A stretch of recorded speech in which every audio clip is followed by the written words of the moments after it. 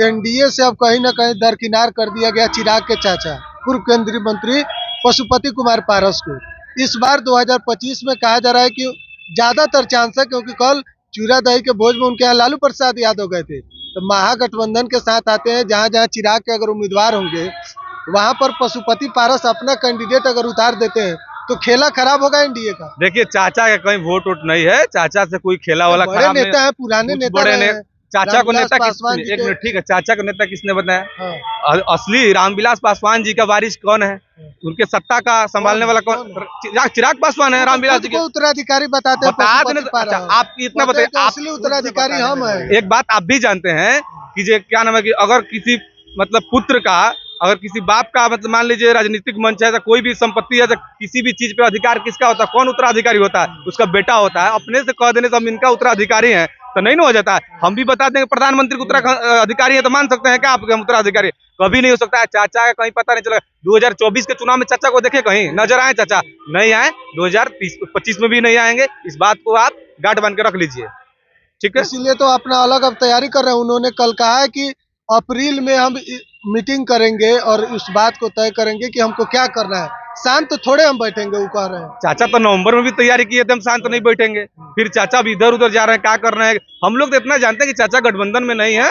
पशुपति चाचा अब जहाँ है, अब वहाँ समझे क्या करना है नहीं करना। उनकी अलग पार्टी है, उनका अपना सोच है, वो अपना जो करना है करे। एनडीए गठबंधन की सरकार 2025 में फिर से बनेगी। इस बात को एक और लिख लीजिए कि 2030 में चिराग पासवान जी के यहाँ चारों तरफ चिरागमय हो जाएगा, चिराग पासवान जी का झंडा लहरेगा। अच्छा, एक आखिरी सवाल लेंगे।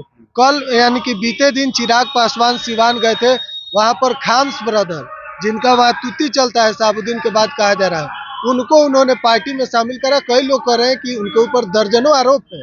देखिए, कह देने से नहीं होता, साबित करने से होता है। ये सब नेता पाल के रखते हैं। लालू प्रसाद यादव, महागठबंधन का काम है अपराधी को पाल कर रखना। लोक जनशक्ति पार्टी अपराधी को पाल के नहीं रखती है। लोक जनशक्ति पार्टी गरीबों के नेता है। गरीब का वोट बैंक किसी के पास है। बिहार में दलित का, पिछड़ा, अति पिछड़ा, बैकवर्ड फॉरवर्ड का वोट है, A to Z का वोट है। MY समीकरण ओरिजिनल कोई बना के रखा है, वो लोक जनशक्ति पार्टी रामविलास है। और हमारे नेता राष्ट्रीय अध्यक्ष श्री चिराग पासवान जी हैं। कोई बयान लगा देने से, मतलब कोई आरोप लगा देने से कुछ नहीं होता है।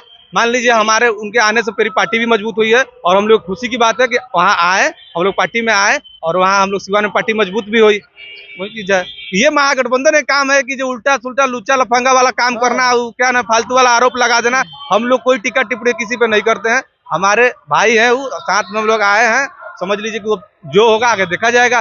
आरोप लगाने कुछ नहीं है। आरोप कौन लगा? हम तो कोई कहते किसी कोई अपराधी है, इसका कौन साबित करेगा? कानून साबित करता है, कोर्ट साबित करेगा ना। कौन साबित करेगा? कोर्ट साबित करेगा कौन निर्दोष है, दोषी कौन है। ये कोर्ट के काम है, ये मेरा आपका कोई काम नहीं है। महागठबंधन का काम है बदनाम करना है लोगों को। लोग ही तो कहते हैं कि लालू प्रसाद यादव गरीब गुरबा की आवाज है। लालू प्रसाद यादव बोलने का लोगों को हक दिया। आप कह रहे हैं कि अच्छा ठीक है, लालू प्रसाद यादव किसने दिया? लालू प्रसाद यादव को बोलने का अधिकार किसने दिया? किसके थ्रू बोलते थे लालू प्रसाद यादव? संविधान के थ्रू बोलते थे ना, संविधान के दम पे। तो कैसे कह दीजिएगा कि जो हम हमारे थ्रू इतना लोग बोला? सबको कानून अधिकार देता है, सबको अपना रूल है, नियम है, कानून बनाया गया संविधान में, उसके हिसाब से चलना है, उसके अधीन चलना है, उसको नियम को, उसको रूल को फॉलो करना है। उसको लालू यादव भी फॉलो करते हैं। लालू यादव नेता कैसे बन गए? संविधान नहीं रहता था वो नेता बन जाते क्या? लालू यादव नहीं बन सकते थे क्या? लालू यादव कोई नेता बनना चाहता था, बनवाना चाहता था? नहीं चाहता, कोई जनता भी नहीं चाहती थी। संविधान के दम पे, संविधान के बल पे, कानून के बल पे नेता बने लालू प्रसाद यादव। लालू प्रसाद यादव पता होना चाहिए। अपने कह देने से नहीं होता है कि हमारे दम पे, हमारे लोगों के दम पे, हमारे आवाज पे, हमारे आरजेडी के दम पे कि दलितों का आवाज मिला, इसको आवाज मिला, कुछ नहीं होता। आपका आवाज पे दलितों के दम पे मिला। आप उनको पता होना चाहिए कि संविधान के दम पे बोल पाते हैं लालू यादव, ना तो नहीं बोल पाते। संविधान नहीं रहता था, औकात है लालू यादव कहीं बोल देने के लिए? नहीं औकात उनका। जी चलिए, बहुत बहुत धन्यवाद। Thank you. तो आप सुन रहे थे कि छात्र नेता उन्होंने अपनी आवाज को लेकर किस तरीके से, चाहे चिराग पासवान हो, लालू प्रसाद, सब पर बेबाकी से बयान उन्होंने दिया है। आप देखिएगा, देख रहे हैं। बहुत बहुत धन्यवाद। चैनल